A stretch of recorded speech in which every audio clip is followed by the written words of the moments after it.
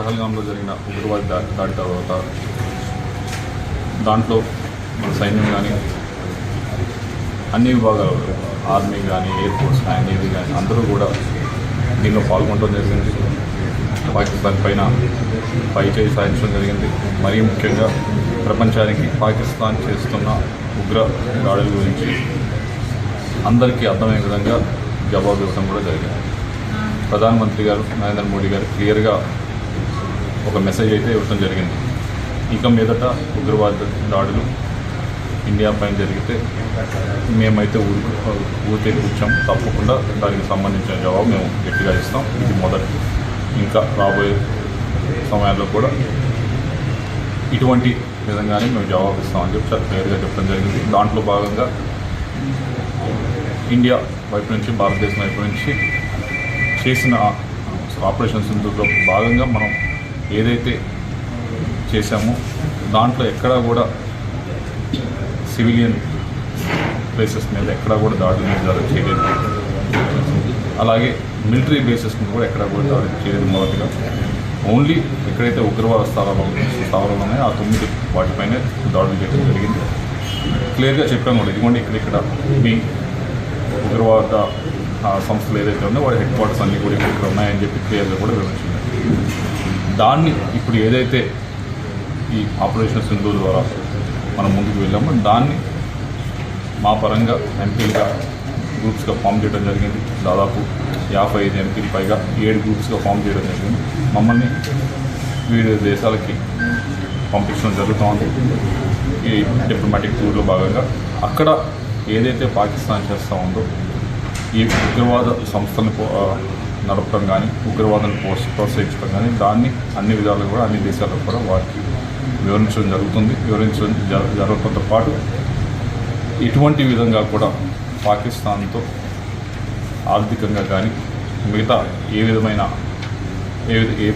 విధమైన లావాదేవీలు కానీ చేస్తే భారతదేశం మాత్రం వీటిని ఉపేక్షించే పరిస్థితి ఉండదు అని చెప్పి క్లియర్గా మెసేజ్ ఇవ్వడానికి ఏదైతే ఈ దేశాలకు వెళ్తా ఉన్నామో అక్కడ చెప్పడానికి మా ప్రయత్నం చేస్తాం. ఎంపీలు కూడా ఉంటారు కూడా.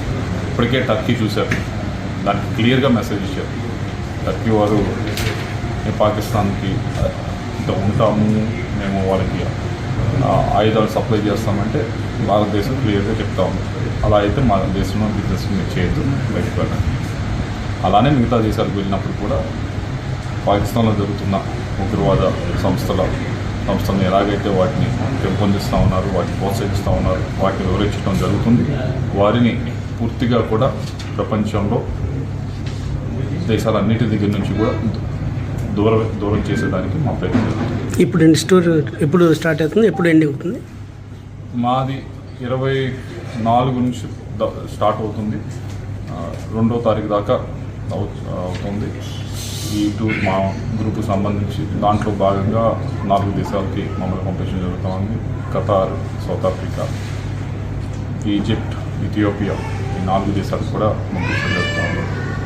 దాదాపు 7 ఎంపీలు మా బృందంలో కూడా వస్తూ ఉన్నారు. అందరూ దాంట్లో 4 మాజీ మినిస్టర్స్ కూడా ఉన్నారు. సో చాలా పెద్ద గ్రూపే, చాలా ఎక్స్పీరియన్స్ గ్రూపే వెళ్తాం. సో మా ప్రయత్నం తప్పకుండా చేస్తాం. ఇంటర్నేషనల్ కన్వెన్షన్స్ ఏదైతే ఉన్నాయో, ఏదైతే ఉల్లంఘించిందో పాకిస్తాన్, వాటిని ఈ దేశాలన్నిటికీ కూడా వివరిస్తాం. పహల్గాంలో జరిగిన ఉగ్రవాద దాడి తర్వాత దాంట్లో మన సైన్యం కానీ అన్ని విభాగాలు ఆర్మీ కానీ ఎయిర్ ఫోర్స్ కానీ నేవీ కానీ అందరూ కూడా దీనిలో పాల్గొనడం జరిగింది. పాకిస్తాన్ పైన పైచేయి సాధించడం జరిగింది. మరీ ముఖ్యంగా ప్రపంచానికి పాకిస్తాన్ చేస్తున్న ఉగ్ర దాడుల గురించి అందరికీ అర్థమయ్యే విధంగా జవాబు ఇవ్వడం కూడా జరిగింది. ప్రధానమంత్రి గారు నరేంద్ర మోడీ గారు క్లియర్గా ఒక మెసేజ్ అయితే ఇవ్వడం జరిగింది. ఇక మీదట ఉగ్రవాద దాడులు ఇండియా పైన జరిగితే మేమైతే ఊరికే కూర్చాం, తప్పకుండా దానికి సంబంధించిన జవాబు మేము గట్టిగా ఇస్తాం. ఇది మొదటి.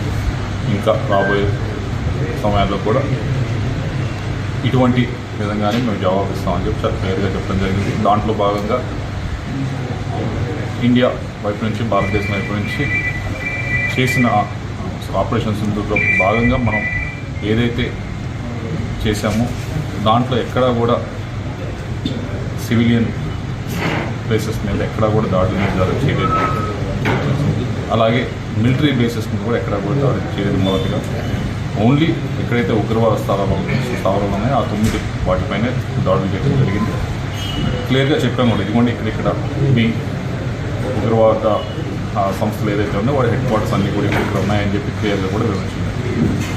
దాన్ని ఇప్పుడు ఏదైతే ఈ ఆపరేషన్ సింధూర్ ద్వారా మనం ముందుకు వెళ్ళామో దాన్ని మా పరంగా ఎంపీలుగా గ్రూప్స్గా ఫామ్ చేయడం జరిగింది. దాదాపు 55 ఎంపీలు పైగా 7 గ్రూప్స్గా ఫామ్ చేయడం జరిగింది. మమ్మల్ని వివిధ దేశాలకి పంపించడం జరుగుతోంది. ఈ డిప్లొమాటిక్ టూర్లో భాగంగా అక్కడ ఏదైతే పాకిస్తాన్ చేస్తూ ఉందో